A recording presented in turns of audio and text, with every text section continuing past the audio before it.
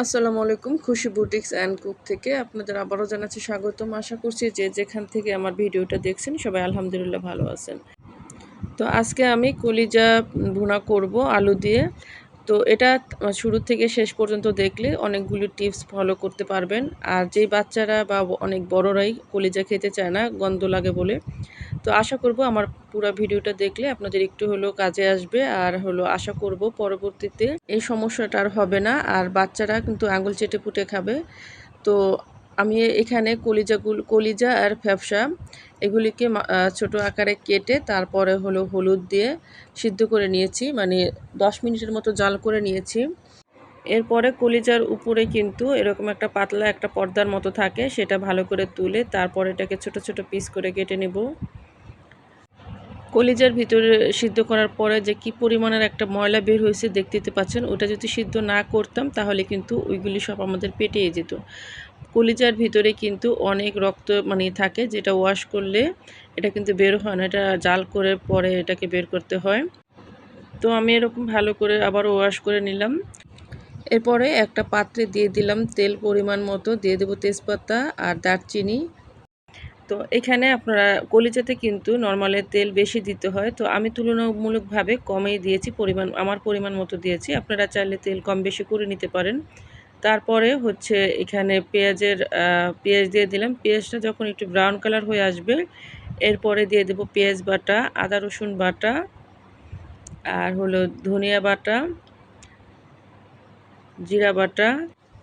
চেষ্টা করবেন জিরার বাটাটা একটু বেশি পরিমাণে দেওয়ার জন্য।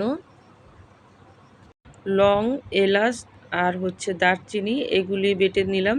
আমি নর্মালি সব বাটা মশলা দিয়ে খেতে পছন্দ করি। আর কলিজাটা যেহেতু রান্না করব, আমি সব মশলাগুলোকে নতুন করে বেটে তারপরে আমি আজকে রান্নাটা করে নিয়েছি। বাটা মশলা দিয়ে রান্না করলে দেখা যায় তরকারির যে একটা গ্রেভিটা কিন্তু খুব গাঢ় হয়, আর খেতেও কিন্তু অনেক ভালো লাগে। তারপরে মশলাটা যখন কষানো হয়ে যাবে, তেলটা যখন ছেড়ে দেবে, তখন আগের থেকে পরিষ্কার করে রাখা কলিজাগুলোকে দিয়ে তারপরে একটু কষিয়ে নেব। এরপর আমি ঢাকনা দিয়ে ঢেকে এটাকে আমি একটু জাল করে যখন এরকম কষানো হয়ে যাবে, এরপর আমি দিয়ে দেব ছোট করে কেটে নিয়েছি আলুগুলোকে দিয়ে তারপরে সামান্য কিছুক্ষণ 2-4 মিনিট কষিয়ে নেওয়ার পর আমি এখানে গরম পানি অ্যাড করব। এখানে অবশ্যই গরম পানিটাই দেওয়ার চেষ্টা করবেন। গরম পানিটা দিয়ে তারপরে আবারও ঢাকনা দিয়ে ঢেকে দেব। তো অপেক্ষা করব ঝোলটা গাঢ় হয়ে আসা পর্যন্ত। ঝোলটা যখন গাঢ় হয়ে আসবে, আমি ঢাকনাটা তুলে একটু চেক করে নিলাম। আমার আলুগুলো কিন্তু সিদ্ধ হয়ে গেছে আর ঝোলটাও পরিমাণ মতো হয়ে আসছে। এই পর্যায়ে আমি দিয়ে দেব ভাজা জিরার গুঁড়া। ভাজা জিরার গুঁড়াটা কিন্তু অবশ্যই দেওয়ার চেষ্টা করবেন। আরও সাথে দিয়ে দেব কয়েক টুকরা কাঁচামরিচ। কাঁচামরিচগুলোকে একটু মাঝখান থেকে ভেঙে দিয়ে দিলাম, যাতে কাঁচামরিচের একটা সুন্দর ফ্লেভার থাকে। এরপরে আমি ঢাকনাটাকে দিয়ে কিছুক্ষণ অপেক্ষা করেছিলাম। তারপরে গরম ভাতের সাথে পরিবেশন করব। আপনারা কিন্তু রুটি, পরোটা বা যে কোনো কিছু দিয়েই এটা খেতে পারবেন। এটা আমি আজকে গরম ভাতের সাথে পরিবেশন করব।